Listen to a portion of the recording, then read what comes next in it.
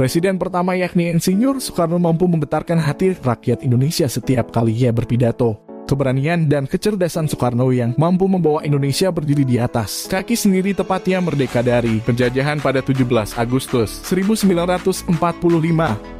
Kehidupan tokoh pendiri bangsa yang lahir di Surabaya pada 6 Juni 1901 ini memang tidak akan ada habisnya untuk dibahas.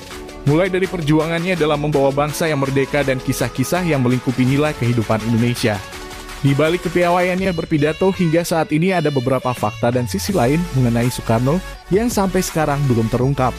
Bung Karno juga seorang manusia biasa yang memiliki sifat humoris.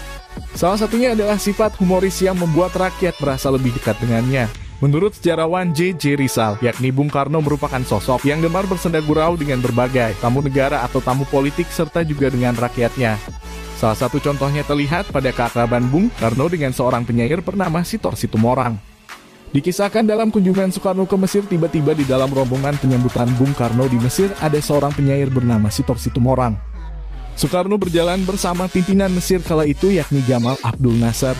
Tiba-tiba Gamal Abdul Nasser berhenti di depan si penyair yang ada di rombongan penyambutannya. Ia kemudian ditanya oleh Gamal Abdul Nasser, "Kenapa kamu ada di sini?"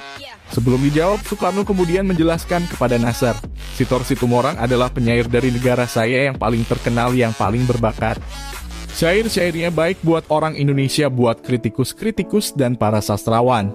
Dia ditiru oleh banyak sastrawan dan dianggap yang terbaik, tapi saya sendiri tidak suka syairnya." Bung Karno juga dikenal sebagai seorang tokoh yang sangat memperhatikan penampilan saat bekerja. Hal inilah yang membuatnya sering dijuluki sebagai The Indonesian Dandy.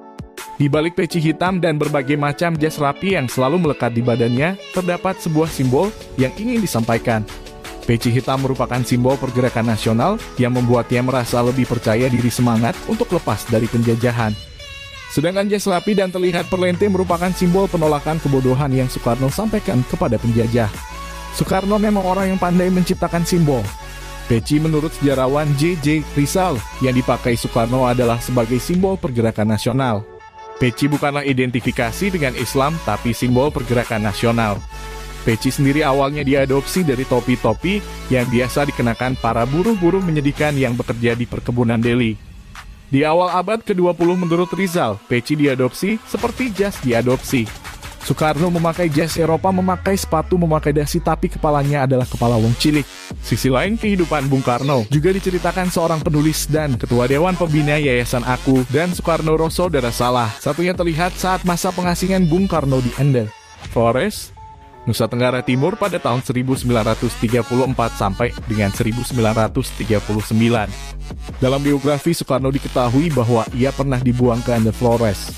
Selama pembuangannya di Ende, Flores, Soekarno banyak melahirkan belum terlacak keberadaannya adalah terjemahan sejarah tokoh pendiri Arab Saudi yang bernama Ibnu Saud yang ia tulis tangan. Terjemahan tersebut berjumlah beratus-ratus halaman. Dan yang kedua, Soekarno menulis sekitar 11 naskah tonil atau sandiwara dalam bentuk setair sebagai kritik kepada pemerintah Belanda waktu kehidupan kala itu.